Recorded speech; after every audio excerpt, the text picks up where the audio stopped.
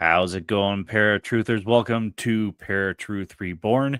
This is a pre-recorded show on 107.7 FM New Orleans and United Public Radio Network. My name is Justin, and we are without Erik today, so I am going to be doing this interview solo. Today, we're going to be having on Tim Rayborn. Tim is an acclaimed and prolific writer of books on many different topics. Reason we have him on is because of the books of the strange and weird, and we had him on last month, 2 months ago when this episode comes out, to talk about scary Christmas lore, and today we're going to be having him on to talk about the scary book of Valentine's Day lore. Tim, welcome back to ParaTruth Reborn. Thanks very much. It's a pleasure to be back. It was great fun last time, so I'm happy to be back. Awesome. So you have done two different books on scary lore for two different holidays. Yes. For the Valentine's Day lore, how much research went into this? And was it, I know we're in the age of digital information, but did you have to do like deep dives on a lot of this stuff? Some of them, yeah. The book is a little different. So the Scary Book of Christmas lore was all about monsters. A lot of it is about, as you remember, it's about Krampus, it's about Frau Perchta, it's about all these, the Yule Cat. And there's no end of strange and crazy winter monsters and crazy things in Europe and beyond.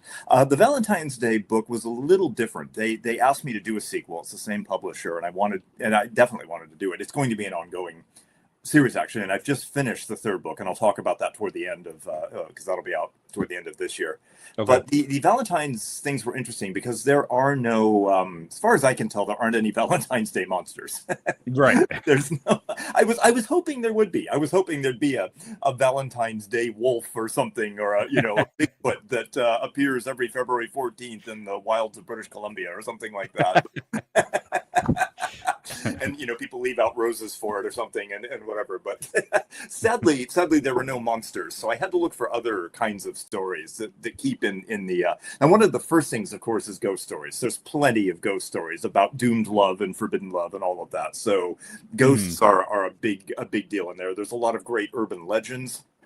There are some really fantastic myths, particularly Greek myths and some of the other old stories, and also some really interesting real life sort of tragedies that I wanted to delve into as well. So yeah, I had to search around to different kinds of sources this time to find these stories. There's real life murder mysteries and Greek myths, and lots of tragedy in this one. This is more about like betrayal and death and murder and such this time rather than.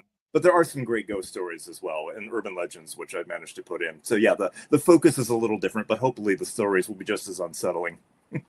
Yeah, for sure. I mean, reading through some of them, it was rather interesting to say the least. Something that I have found fascinating about both Saint Valentine and Saint Nicholas both had two separate people in Valentine's case, 2 to 3 separate people who had the same or similar name. So in your opinion, which is responsible for the holiday and why? That's an interesting question. I don't even think the Catholic Church knows.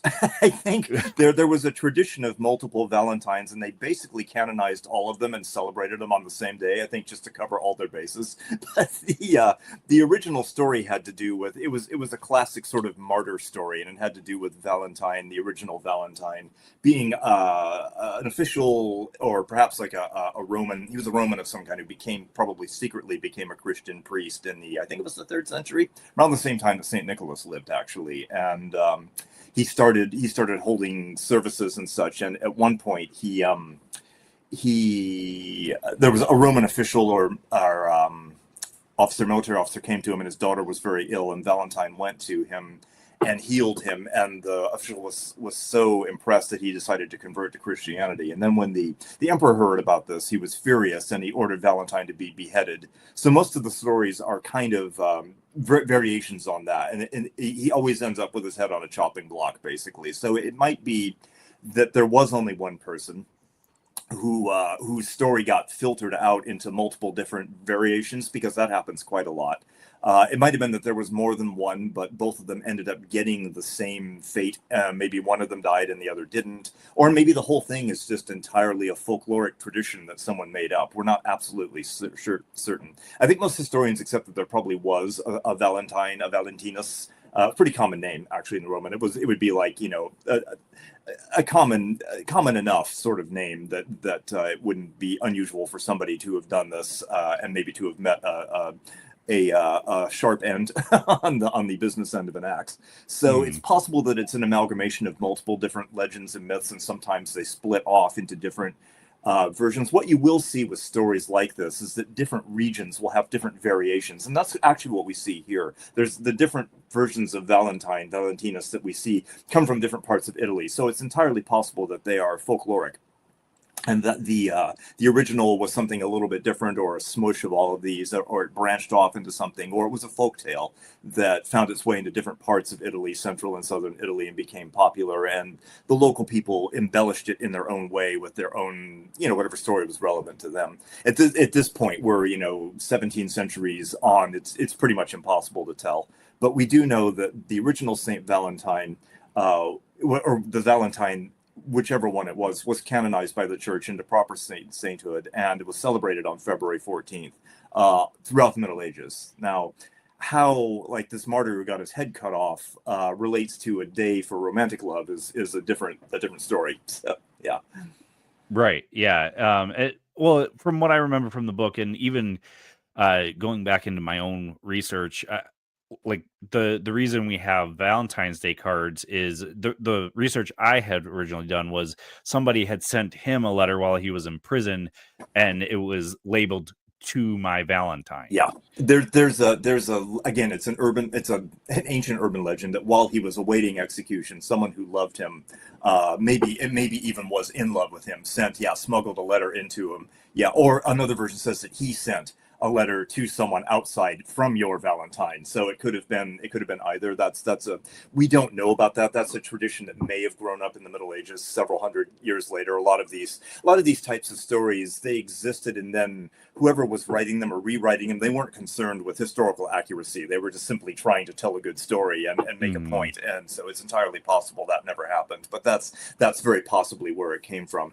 And it seems like from where we get it associated with romantic love comes from Geoffrey Chaucer, the author of the Canterbury Tales, who wrote quite a few other things as well. And I believe, actually, let me check the book here. I can actually find it and see what it says here. It was in his The Parliament of Fowls, which means the Parliament of Birds. It was an allegory about English politics, but from a bird's perspective. And this was written in 1375, and he wrote about the gathering, for this was on St. Valentine's Day, when every fowl cometh to choose his mate. So this seems to be the first idea. There was a tradition. It's entirely possible that birds began to start singing again on February 14th in the middle of what was still winter in Northern Europe. But then you would hear the birds singing, and you knew that spring was on the way. It was a kind of Groundhog Day thing, almost like if you heard the birds singing on February 14th, you knew that spring, that winter would eventually start melting off. The snows would melt. So Chaucer seems to have taken that and put it into a poem, into his poem, his very famous poem, and said that this was the day that birds not only started chirping again and calling and singing, but that was the day that they also basically got together and hooked up.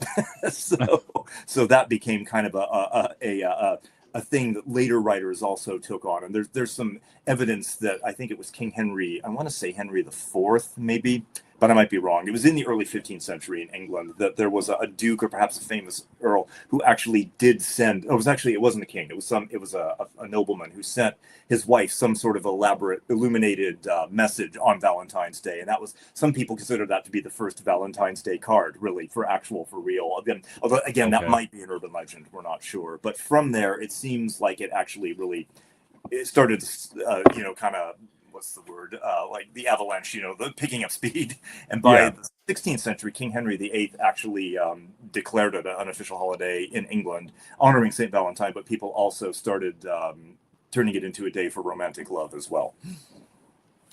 Well, I've never understood the Groundhog's Day tradition, so hearing that Valentine's is kind of a similar thing is kind of interesting.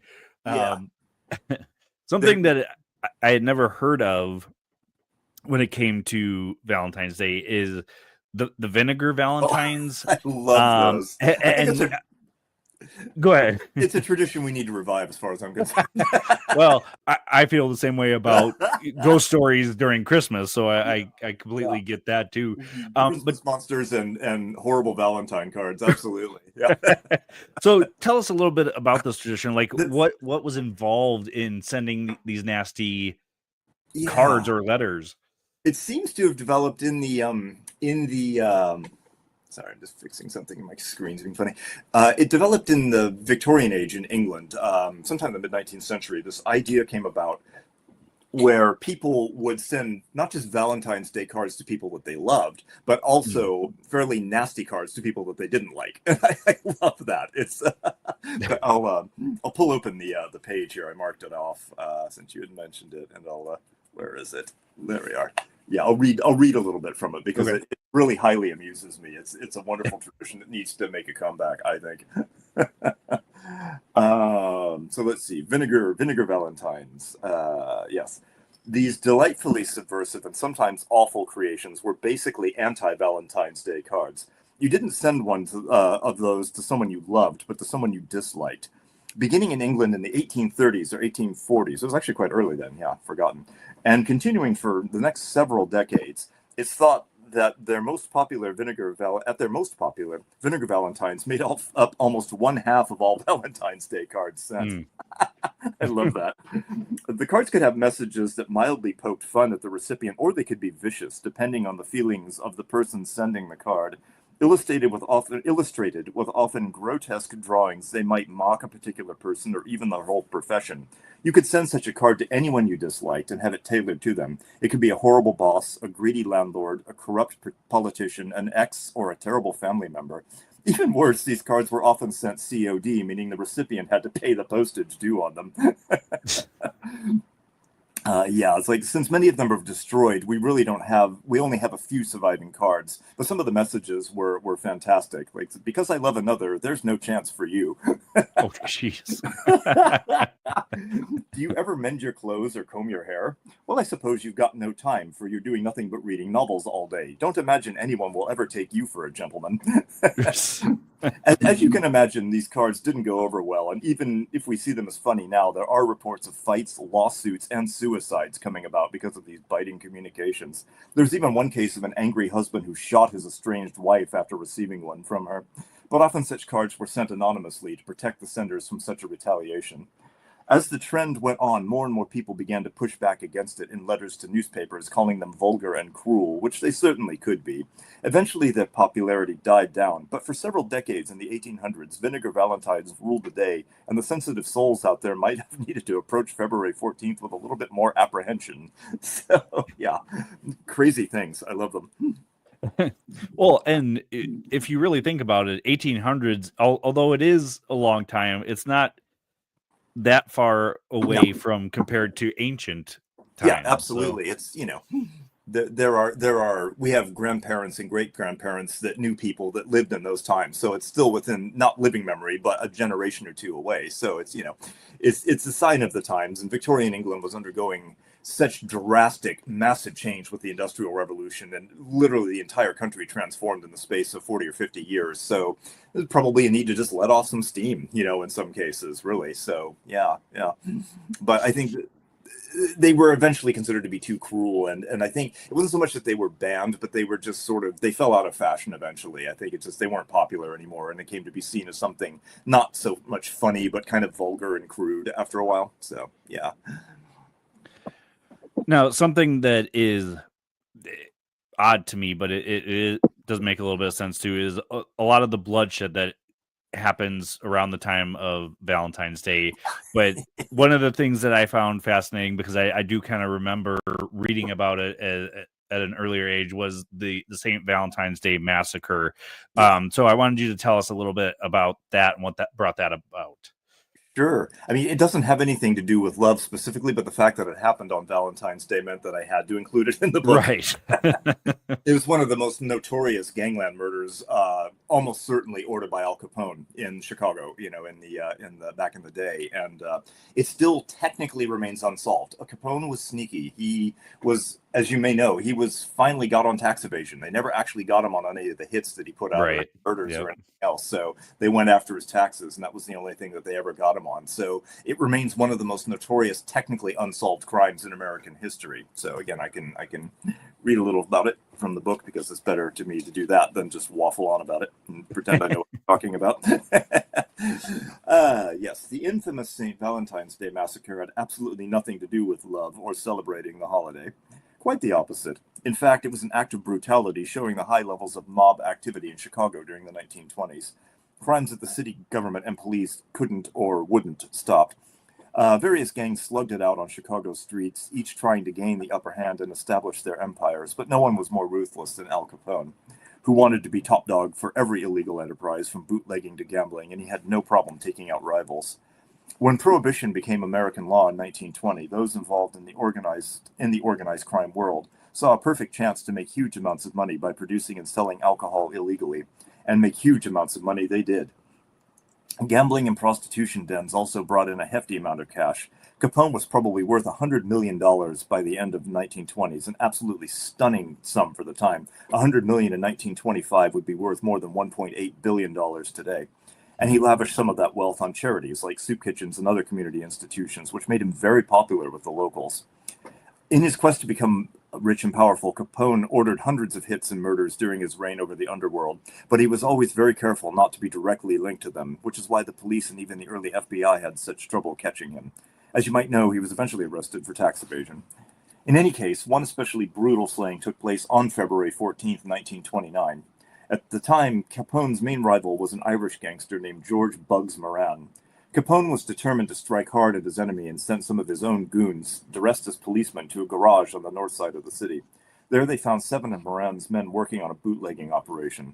The fake police officers gunned them down, firing off approximately 70 rounds of ammunition. When the real police arrived, they found just one man, Frank Goosenberg, still alive, but he refused to talk and died shortly afterwards. Bugs was actually on his way to the garage, but arrived after the shooting and was thus unharmed. The murder soon branded the St. Valentine's Day massacre, shocked even those used to the city's gang violence.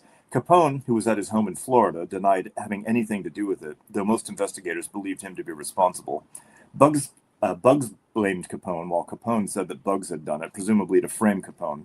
Once again, he escaped justice, and since no one was ever charged with the murders, it's still one of the more shocking unsolved crimes in American history. So yeah, he took out a whole series of rivals brutally to send a message without ever having his name even attached to it. It happened. I don't think it was deliberately done on Valentine's Day. I think that was incidental, but it's one of the darker things that Valentine's Day is now remembered for is that. Right. Well, one of the main reasons I wanted to include that in this is because Al Capone does have kind of a link to here in Bismarck, North Dakota, because his gang had supposedly during Prohibition was the reason alcohol was being brought into Bismarck specifically. Right. And you know, as much as good as the mob has done with charities and giving back to the poor and stuff like that, we chastise them because of the brutality of it all. Which, I mean, yeah, they're breaking the law, but it's kind of a Robin Hood type thing. It is. Yeah, a lot of people. He was responsible. Capone's charities fed. It was an insane amount. It was like, I think at the height of it, sometime in the late 20s in Chicago, or maybe it was even during the Depression, actually. It was handing out something like 10,000 meals 3 times a day, breakfast, lunch, and dinner, absolutely free to anybody that wanted them, regardless. You just come in and get your morning coffee, or you come and get sandwiches at lunch or whatever. Yeah, absolutely free, no strings attached, open to absolutely anyone that wanted it. So he made sure that his name was attached to all of those things. He managed to distance himself from the killings, but he made sure that his name was all over those things. So right, it only yeah. only enhanced his image in the hands of, the working class and poor and people that might have been laid off, or, whatever. If they were in the middle of the Depression and making no money, at least they wouldn't starve to death. So he was very generous with financing that. And yeah, it fed 30,000 meals a day at one point. It was astonishing, the level of charity that was actually being undertaken there. Saved a lot of people's lives, undoubtedly. So I'm big into Greek mythology and in turn Roman mythology. So reading the mythology about Eros, who eventually became Cupid, was kind of interesting because, growing up, you don't learn that part of the lore, the bloody part of the lore. You mentioned the Disney version of Cupid in the book. So what are your thoughts on, is that the reason why we see so much kind of bloodshed during Valentine's Day or in love in general? It's interesting. That's actually a really good question. Yeah, we're used to seeing Cupid as being this sort of fat little baby boy with his tiny little bow and arrow, and right. But that actually was a very popular image in Renaissance and later paintings as well. You'd have all of these paintings The of cherubs, or Adonis and Venus. You'd have little cherubs all around, and they have little wings, and they're just like, oh, shoot the little things here. But yeah, the originals were considerably darker and more wild than that. As I said in the book, there's the figure of what they in the Middle Ages called the god of love was actually a full-grown man. And in that one particular long poem, The Romance of the Rose from 13th century France, he actually shoots the main character with an arrow that causes him to fall in love, and the hero basically starts a war over it. It's pretty intense. But I think going back to the originals, looking back at Eros, from where we get our word erotic, and in those any things that derive from that, Eros was the son of Aphrodite and Mars, which is your classic love and war. So there was something dangerous about him. He had Aphrodite's propensity for love, but he also had Mars's propensity for violence and war. So the two were seen as married to one another right in that early time, whether 5th, 6th century Greece or even earlier, BC Greece. That was that. So Eros, right from the top, is kind of a dark character. There's a little bit more of a sense of wildness about him. He's a little bit more like Dionysus, the god of wine. There's a sense of danger about being around him. If you're shot by an arrow from Eros, that's not a good thing. It's actually because love in its own ways can make people abandon all reason. They can act like animals. They can murder. And I think the Greeks saw that in this. And so they saw, some of them saw love in that sense, romantic love, is almost like an affliction of the mind, a disease of the mind, a mental affliction, a mental illness, if you will. And Eros sort of embodied that. If you were struck by one of his arrows, it meant that you were afflicted with a madness that could potentially be quite dangerous. So he was to be approached with caution. He wasn't a god that we can tell that was widely worshipped, and it's possibly because of that. There were some temples or some things dedicated to Eros, but he was not nearly as widely revered as Aphrodite, as the goddess of love, or Mars was revered as Ares, I should say, was revered as a god that armies would make offerings to before going to war, for instance. Right. So I'll read a little bit here. We find some stories about him Eros, and it's interesting though because Eros might have, by maybe the 5th century BCE. Eros was probably downgraded to a bit of a minor god, but it seems that in earlier times, he might have actually been seen as a very important, almost a figure with sort of a creator god or Titan-like features. And that would make sense because the Titans themselves were the older race, and they were wildly unpredictable, just like love can be.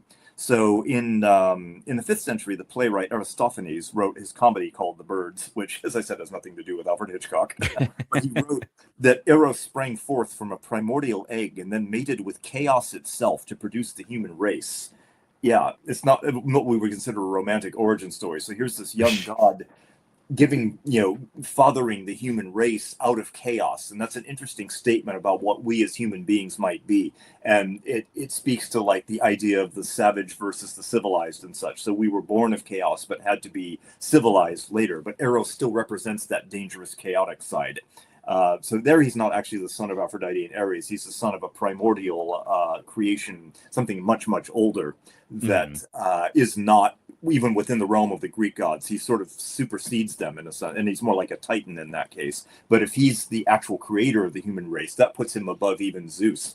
and the other Greek pantheons. So it's really interesting. I find that fascinating. He was said to be quite beautiful, and his power was considerable. He could make anyone, god or mortal, bow to obsessive love and lust, and that made him a force to be reckoned with. His arrows could be fired at a god, and they could make the god go crazy, mad with love as well. Through his works, arrows could control minds and wills, and madness, violence, and war resulted from those put in the throes of obsession. Eros' reputation was well established in ancient Greece when he was said to have caused some gods to burn with love and desire, and eventually to lose their minds. Later on, early Christians took Eros to be a real threat, with such writers as Isidore of Seville, he was a bishop in the early church, believing that Eros was a demon sent to tempt the minds into lust and bring ruin. Whether as a primordial god or the son of Aphrodite, his behaviors were pretty much the same, and his mother did nothing but encourage him. While she was definitely worshipped by far more people over time, Eros had his own followers, possibly those who hoped that they could appease him and somehow master their own hearts, misled by wishful thinking. So Eros to me almost takes this kind of, if he's a primordial force, then that makes him immensely powerful, and that means that we as his creations can never control those, can never actually control those urges and those things. And that could have been the warning. The warning of Eros is that he, if we give into that too much, we give into chaos. If we are half chaos and half primordial being, then what does that make us? It means that we are subjected to that chaos. So the idea of the later telling of Aphrodite and Ares may be a reflection of that, where Aphrodite represents the love and the passion and such, whereas Ares represents destruction. So it could be the same thing here. We're seeing an earlier version of that, but in both cases, it means that humanity's kind of screwed. So right, it's a bit of a problem that, but I find that really fascinating. He reminds me a bit in that sense of the other god, Dionysus, who was actually a minor god, but who could inspire people to acts of madness and revelry and drunkenness and such. So there's an element of chaos about Eros that is way more frightening and dangerous than the chubby little Cupid, flying around the edges of Renaissance painting. There's something really dangerous about him, and you don't want that in your life overly much, or your life will tip into chaos. And I think that was the warning for a lot of the myths about him, is that if you give in to these urges and desires too much, they will ruin your life and bring you to ruin, basically bring nothing but sorrow and destruction and chaos, just the same as a war god would bring, but for completely different reasons, because Eros had power over gods as well as humanity, so that made him very dangerous. Well, and that's interesting, that the beginning story of humanity, because we hear about Christianity's beginning of humanity all the time, but a lot of other religions and mythology, it kind of relates more to those religions as to what humanity is now compared to Christianity. There's a lot of Middle Eastern and Eastern Mediterranean creation stories in general are a lot more about bringing order out of chaos. At the beginning, there's all primal chaos. It's weirdly similar in some ways to the notion of the Big Bang and like the fiery energies being released. And at the beginning, there's nothing but energy and potentiality. And then the gods bring order out of that. You find that in Egypt, you find that in Mesopotamia, you find versions of that even in the Norse mythology as well, that there's these things there's a chaos out of which later generations of gods fashion order and such, and that was very true for those. So there's an interesting idea that at one point everything was wild, fiery, watery chaos with no order at all, but somewhere along the line certain beings decided to bring order to that rather than having control over it. Those things pre-existed, so there was a pre-existing chaotic universe out of which these beings arose and decided to make it into something more orderly, and that's where Eros fits as well. Now, there's so many more tales in mythology, with the old gods about love and Valentine's Day type stuff. Did you have any favorite stories that you came across? I really like that one. I thought that was great. Let me have a quick look. There's a whole bunch. I have a whole bunch in here. The story of Isis and Osiris, speaking of creator gods, is another one that I love. The ancient Egyptian. It's fabulous. It's amazing, and it's a story about a god who dies and is reborn into something new, and it's really fascinating how that works because it's very violent and very brutal. I'll do a quick read from it. It's a wonderful story. absolutely wonderful. Some wonderful art in this. It's the same artist that did the artwork for the Christmas book as well. And I'm very, very pleased with it. Okay. Yeah, the classic myth of Isis and Osiris has several versions. As you might expect from such an extremely old tale, there's evidence of the Egyptians worshipping Osiris from as far back as 4,500 years ago. He was an early form of the god that dies and is resurrected, and he was crucially important for Egyptian culture. According to the myths, Osiris, along with his queen Isis and his brother Set, were the offspring of the sky goddess Nut and the earth god Geb, and he ruled Egypt fairly and with justice. There's less written about his reign, though, than his grisly end in return. Set was jealous of his brother and felt that he should be the one to rule. Why did he hate Osiris? There are different versions of where the grudge came from, with some stories claiming it was because Osiris was carrying on with Set's consort, Nephthys. Another version saying that Osiris kicked Set at some point, but he never got over it. In any case, Set began to plot his brother's downfall and came up with a creative way to do it. He threw a lavish party and invited Osiris to attend. There he presented a wooden box to all of the guests, which he had instructed to be made fit to fit Osiris perfectly. The Set then proclaimed that whoever could fit perfectly in the box would win the box itself. Various guests tried, but none could do it. Then Osiris gave it a go and settled inside with ease. Set, along with his accomplices, slammed the lid on the box shut, trapping Osiris. They took the chest to the Nile River and threw it in, believing themselves to be done with him. Upon hearing the news, Isis, consumed by rage and grief, went in search of Osiris's body and found it in the river. She wanted to make sure that he received proper funeral rites. Funerals were a big deal, obviously, for the Egyptians. Mm-hmm. But hearing of her efforts, Set managed to get the body and cut it into 14 pieces. Some versions say 42, which he then scattered across Egypt. Set then took the throne of Egypt for himself, as he'd always wanted. Not to be denied, Isis went in search of her husband's body and was able to reassemble Osiris's corpse with the help of the gods of the dead, Anubis and Thoth. She found all of the parts except for his male member, so a new one had to be made. Anyway, they put him back together and mummified him, and with the artificial member, she was able to conceive a son with his restored body, whom she hid then from Set. That son, the hawk-headed god Horus, grew up to avenge his father's murder. He defeated Set in combat, banished his uncle, and ruled in place of Osiris, who had now become lord of the underworld. Isis's love for Osiris saved Egypt, and for this she was worshipped for centuries, an esteem that sustained itself all the way through the 14th century, when it's claimed that some Egyptian women still went to Isis statues for healing and help with their pregnancies. So it's a really fascinating example. It's a myth that in one way endured for over 5,000 years, which is absolutely incredible when you think about it. Yeah, for sure. Yeah. And for a wife to do that for her husband after being murdered so gruesomely was, I mean, that story in and of itself from Egyptian mythology has always stuck with me, just because you do see Osiris rise from the dead, so to speak, but becomes lord of the underworld. And his green face is significant as well, because it ties in with the vegetation and the greenery, the fertility along the Nile. So each year when the Nile returned and the land was made green again, it represented that rebirth every year as well. So that's why he's always depicted with a green face. He's kind of the underworld god, but also the god of vegetation and of rebirth. So it's very important. Okay. Yeah. Now, we all know that chocolate is linked to Valentine's Day, so it was very fascinating to me to find a murderess who had dealt with chocolate. So I wanted you to share this story with our listeners about Christiana Edmonds. Christiana Edmonds, the infamous chocolate cream killer. That's a fabulous one. This is like something out of one of those police procedurals, that you'd see. This would make a really great historical movie, actually. I'm surprised somebody hasn't done a movie or a miniseries set in Victorian England with this. But yeah, she was quite a piece of work. So everybody, of course, loves chocolate. For the poor victims living in Brighton, England, on the south coast of England, in 1870s, chocolate actually became deadly. The subject of this tale, Christiana Edmonds, was born in Kent, south of London, in 1828, and grew up in a wealthy family who saw to it that she received a good education. Still, there was always seemed to be something a bit off about her, and a doctor diagnosed her with hysteria in the late 1850s.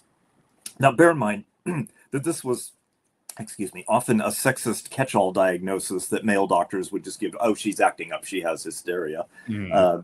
However, it seems that Christiana was definitely troubled, suffered mental health issues, and while living with her mother in the late 1860s, she began an affair with a married man, a doctor named Charles Beard. Christiana seems to have wanted the wife out of the way, so she offered Mrs. Beard a chocolate cream that she'd poisoned. The wife became very sick, but she didn't die. Beard would later say that he suspected Christiana was the culprit, but he didn't have proof, and plus, being a typical Victorian, he didn't want his dirty little secret to be made public. In any case, the incident seemed to help Christiana develop a taste for poisoning. By 1871, she started acquiring chocolate creams and poisoning them with strychnine, and then having a local vendor, John Maynard, sell them. She obtained the poison from a local chemist, saying that she needed it to kill stray cats. But it wasn't cats on her mind, it was people. She even tried to hide her activities by sending a couple of boys to buy the poison for her. As a result of her awful activity, several people became ill from eating the chocolates, but at first no one died, and no one linked the chocolates to these incidents. In June of 1871, a young boy, Sidney Barker, ate one of the chocolates and died. The coroner was able to link his death to the chocolate from the shop, but thought the poisoning was accidental. Christiana then started sending her poisoned chocolates to unsuspecting recipients, including Mrs. Beard, who again became very sick.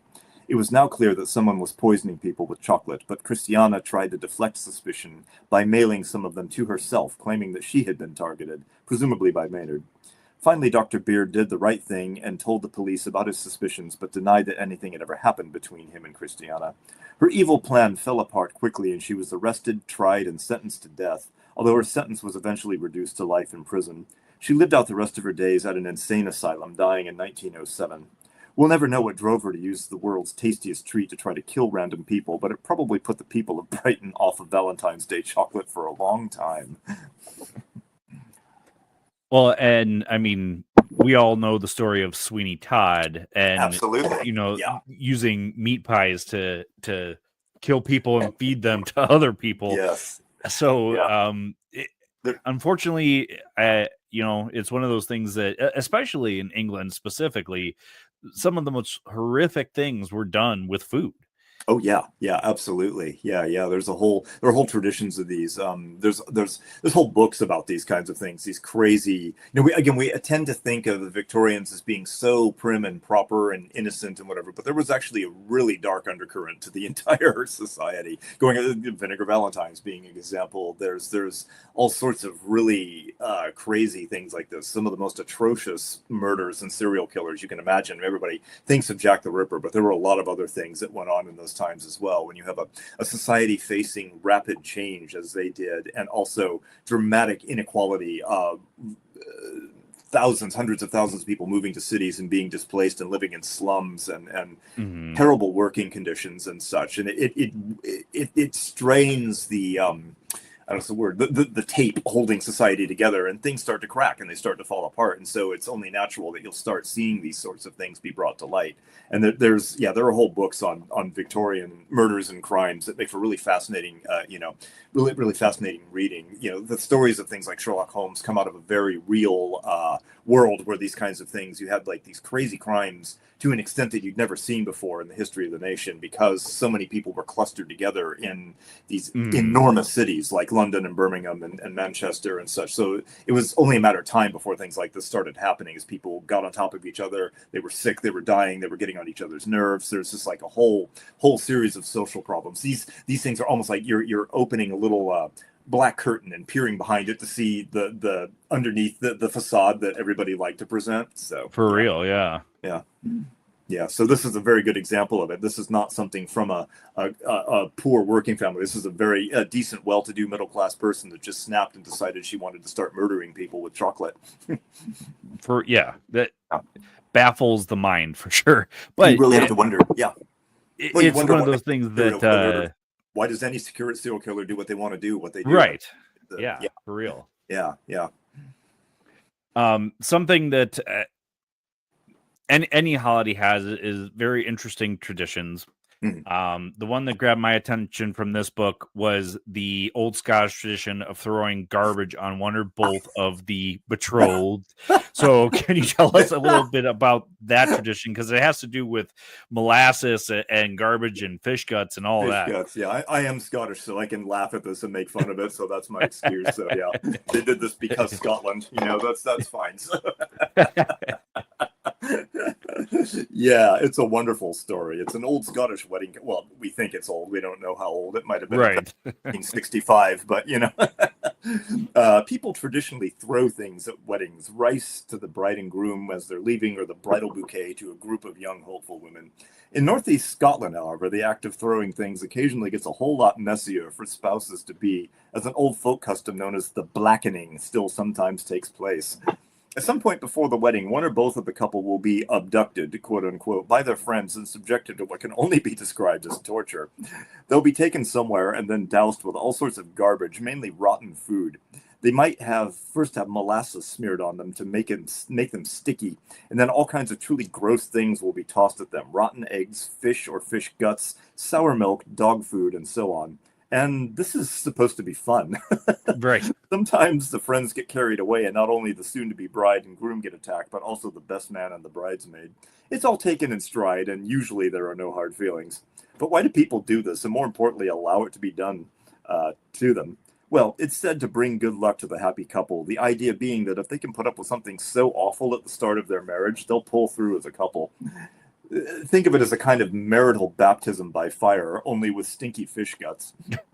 It also represents an event that they can't control, unlike every other aspect of their wedding. And I think that's the key, really. If they can cope with the unexpected early on, that bodes well for their future. And this is, one of the tropes of every wedding movie ever made, is how they have it all planned out and it all goes horribly wrong. That's literally the idea that they're representing here. It's also a way to bring the community together, since all their friends, families, and neighbors can get in on the plot to capture the couple, arrange when and where to do it, and decide what disgusting things they can toss at them. So this strange ritual can actually bring everyone closer together. Of course, sometimes the attackers can get carried away and unintended injuries can happen, but in general, it ends up being a good, if messy, time for everyone. This unusual custom seems to have begun as a pre-wedding cleansing ritual for brides, where their feet would be covered in soot from a chimney and then washed to symbolize their transition to a new life. As time went on, this custom evolved into a more vigorous and elaborate blackening, with not just the feet getting covered and not just with ash. Still, why fish guts? The custom could also be a way for the couple and the community to do something unusual, even odd for themselves, in the face of so much commercialization around weddings and every other celebration. They can put a unique Scottish touch on the whole getting married business that is unique to their region. Given how revolting blackening is, it probably will stay that way. That's wonderful. I mean, it's funny for a laugh about. I wouldn't want it to happen to me personally. Yeah, absolutely not. But yeah, as you said in the book, I mean, it's one of those things that kind of represents marriage, because if you can live through something as horrible as that, you can live through anything. Yeah.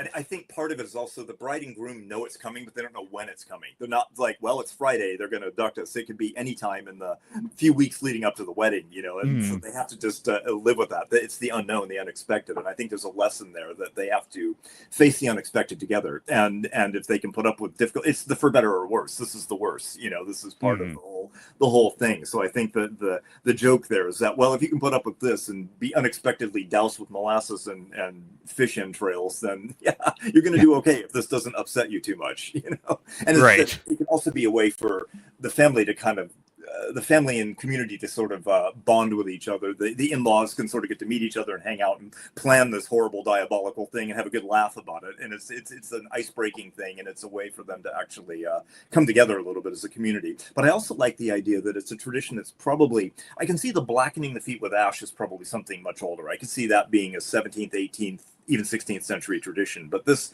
strikes me as being potentially something that's been a revival in the last 40 or 50 years of that tradition, that they decided, well, yeah, weddings are so crass and they're so commercial and so expensive. Let's do something that's unique to our part of Scotland, this little part of the world that's uniquely ours. It has become a kind of modern folk custom in its own way. It's become like something that's unique to them. Then they've invented a new tradition that's now, embedded in the culture of Northeast Scottish folklore and society. I think that's fun when you see people actually do sort of things like that. They come back with new ideas and they say, well, we're going to invent something new, because folk traditions are always being invented. We don't realize when we talk about folklore, we talk about folk customs, we think of things like, Morris dancing in England or whatever, or something that's been around for hundreds of years. But we're always inventing new folk traditions and things, whatever those might be. There are whole anthropological studies about that and about what those might mean and what significance they have to individuals and communities.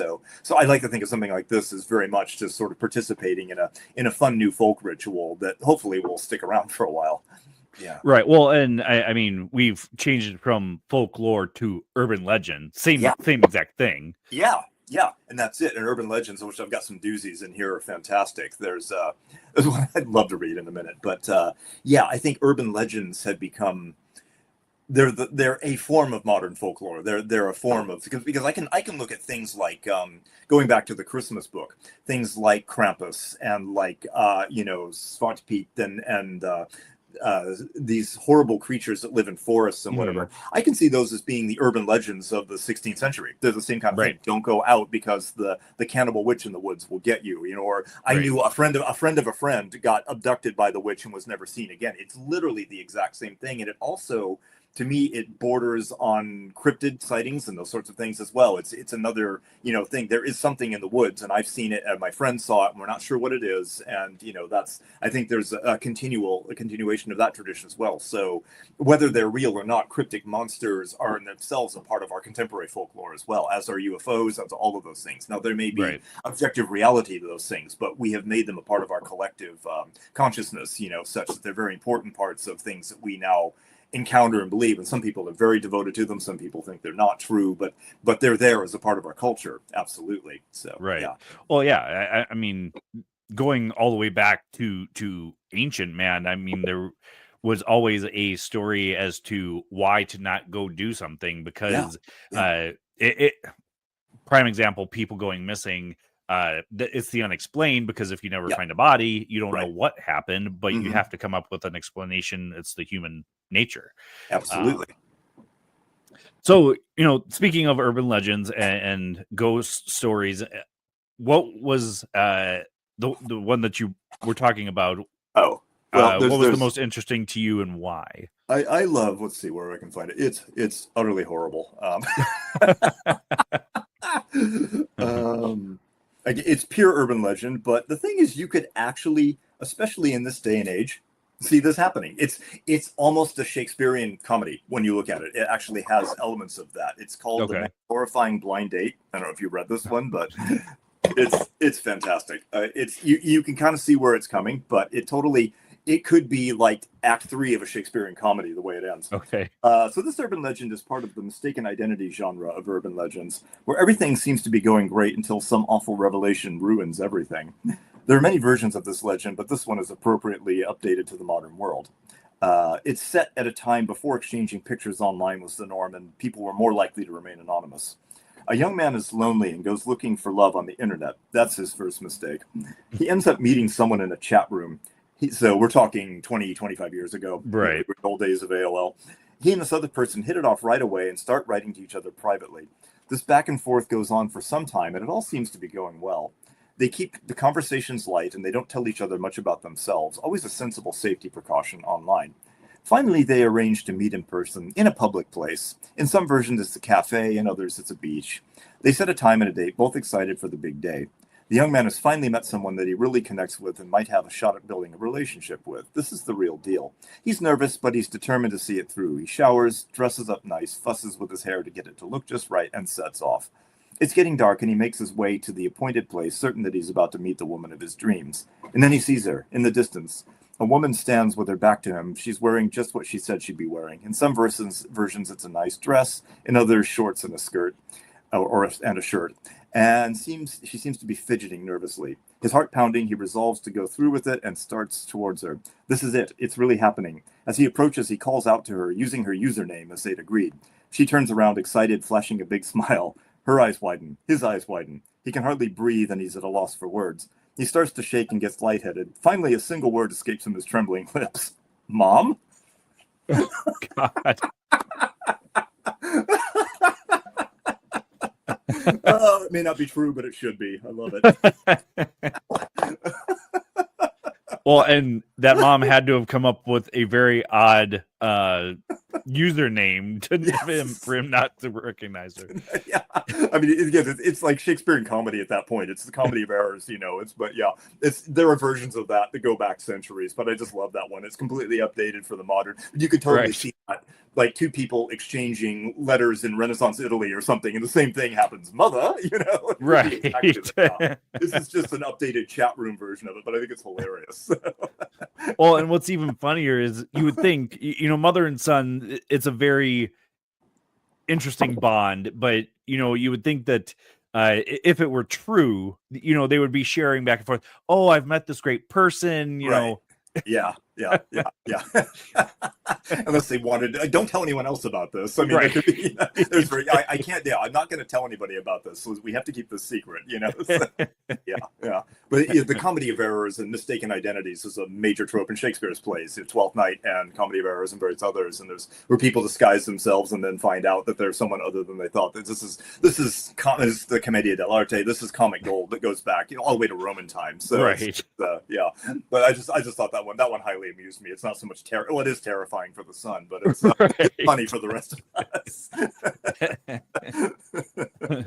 So it's funny that these sorts of legends persist, and like I say, I imagine versions of this are very, very old, and each generation finds new ways to update them and come up with new ways of telling and retelling them, which is I always find really fun. It's just right. like what as we're talking about urban legends, what new things are going to come up, and what story happened to the friend of a friend that everybody is sure actually happened, but you find versions of it dating back to the 1920s. They're great. I love urban legends in general. I think they're just really, really fun. Right. We hear all the time about different countries banning certain holidays. Valentine's Day is, no exception here. And something that you put in the book, and it makes a lot of sense to me, is because it's become so materialistic and commercialized that a lot of countries don't want any part of that. Yeah. Now, in all of your research, I saw that there was a couple of countries that were named, but were there more than we really think of? Yeah, it's an interesting question.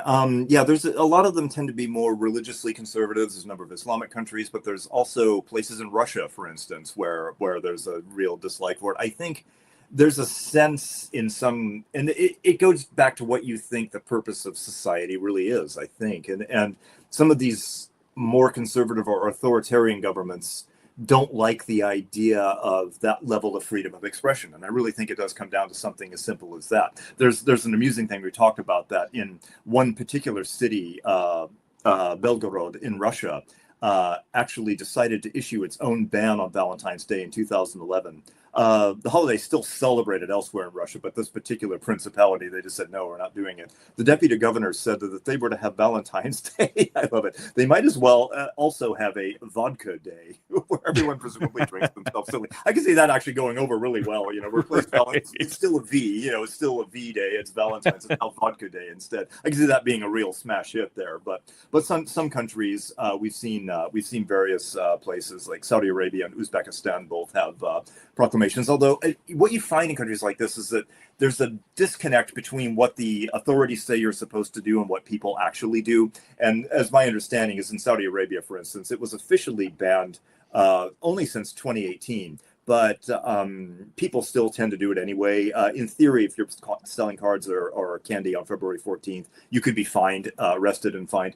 People tend to do it anyway. I think a lot of these laws are more like, man shakes fist at cloud sort of things. Old man shakes fist at cloud. They're meant to try to reestablish an authoritarian government's authority, but a lot of people just sort of thumb their nose at it or kind of nod openly but quietly, do whatever they want. And so I think this is an example of that. Valentine's Day is seen by some authoritarians as being subversive because it allows too much freedom of choice for their liking.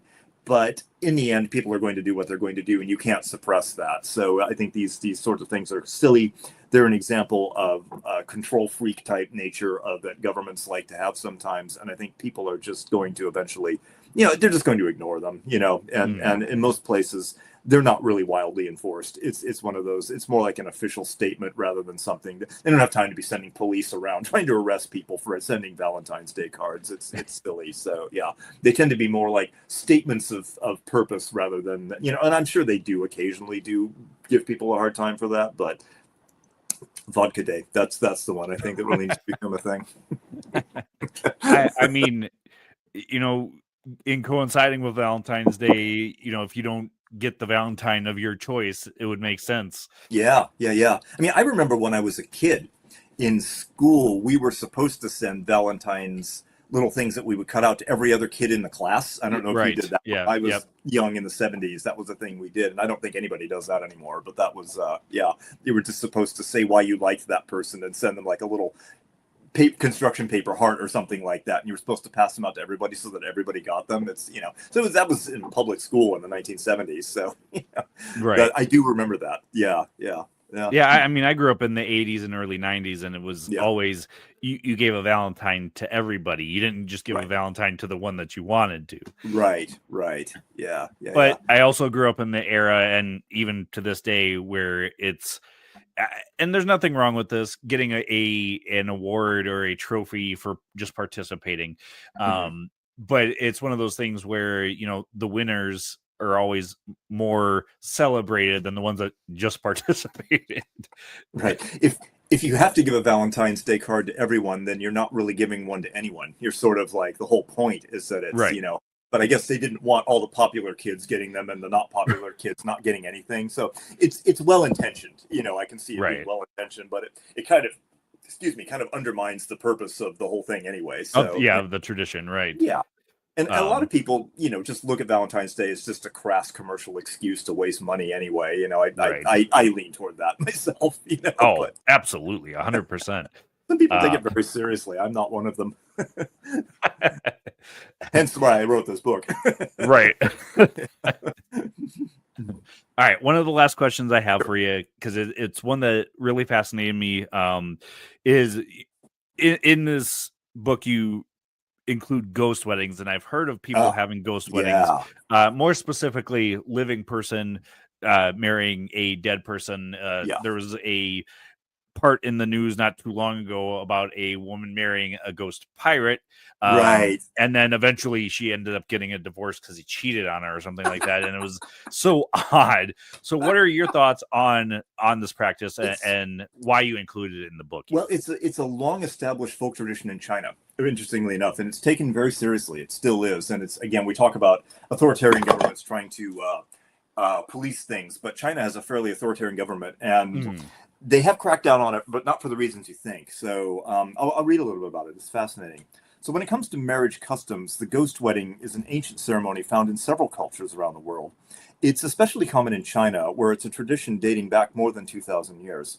The ceremony is what you would think it is, only there's more to the ritual. A ghost wedding involves the marriage of, in this case, it involves the marriage of two dead people, or in some cases, one living person and one dead person. So what's the purpose behind these ceremonies? The answer has to do with cultural expectations as well as Chinese philosophy. There's an abiding belief that all things need to be in union with their opposite, as shown in the famous yin-yang symbol. Because of this, when anyone who is unmarried dies, there is a fear that the person's soul will be unhappy in the afterlife unless it can be joined with a companion. To remedy this, family members of the dead person will sometimes seek out someone else who also died unmarried, and then with that family's blessing, join the two in a symbolic marriage ceremony so that they can be together in death. Obviously, this kind of ritual is intended for family members, and like a funeral, it is meant as a way of honoring the dead. On the more macabre side, the bride's bones will often be dug up and reinterred with those of her new husband so that they can be together forever in this world as well as in the next. In some cases, people have claimed that the deceased reached out to them and requested a spouse.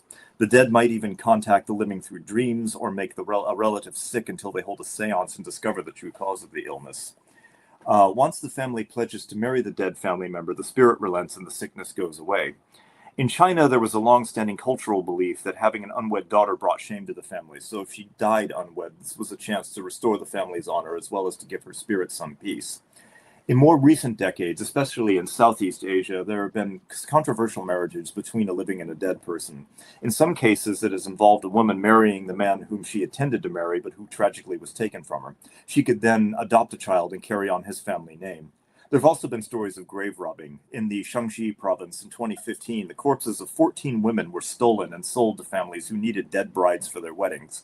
Unfortunately, there are even reports of murder where someone is killed so that their body can be sold for marriage purposes. Of course, this is illegal and the Chinese government has tried to crack down on it, but in more rural areas, the sinister practice of selling corpses for ghost weddings may continue. So it takes a dark turn. It's, an ancient practice, but yeah, we're finding now that people are straight up being murdered so that they can be sold for people that want them for weddings. Yeah. Fascinating in and of itself, but also very macabre for sure. Yes. Well, that's the point of the book. Right. Well, we are getting close to the end of the show, so I wanted to give you a chance to tell everybody where they can find you, find the books. Sure. The mic's all yours. Sure. I'm just at timrayborn.com. All of my things are there. Just Google my name, Tim Rayborn. You can find all my website has all of my books and my musical recordings and other things. I'm also on various social media. If you want to look me up on Blue Sky or particularly Blue Sky and Threads and other places, you can find me there. I don't do X anymore. I don't do Twitter anymore, but you can find me on Blue Sky certainly. I just finished, as I mentioned at the top of the hour, I just finished the third book in this series, which is a little bit different, but it should be out toward the end of the year, and it's going to be called The Scary Book of Fairy Tales. So it's going to be looking at those original Grimm's tales and a lot of others, and they are not Disney tales, I can assure you. They are pretty horrific. So I'm excited to have that one out into the world, and I'm hoping it'll be the same artist working on it again, and we can continue it. So I'd love to come back and talk about that one when it's out, which will probably be here. But a lot of people, of course, they only know the Disney versions, but the original versions of Snow White and Cinderella and Rapunzel are pretty horrific. Oh yeah, and I mean, the movie that came out with Matt Damon and Heath Ledger. Oh yeah, Brothers was very close to being close to the originals, telling some of the original stories. But yeah, most people don't realize how dark the Grimm's fairy tales actually were. And for me, they come from the same tradition as the German Christmas monsters as well. It's the don't go into the woods warning. It's all of that. So it ties in nicely with the first book. So yeah, I literally just sent the manuscript into HarperCollins last week for that. So it'll be out. My guess is probably October, November, something like that. So yeah, looking forward to it. So yeah, the series will continue. All right. Sounds good. All right, I'm going to put you in limbo for just a second. Sure. Stick around, and I'll bring you back in. Great. All right, folks. That is Tim Rayborn. Make sure you're checking out all of his books because they're all very fascinating. Next week, we'll be talking UFOs, and I think we'll be on UFOs for a couple of weeks. But and Erik will be back then as well. So, as I had mentioned earlier, this is a pre-recorded show on 107.7 FM New Orleans and United Public Radio Network. Until next week, folks, where you'll find us same time, same channel. My name's Justin. Have a good day.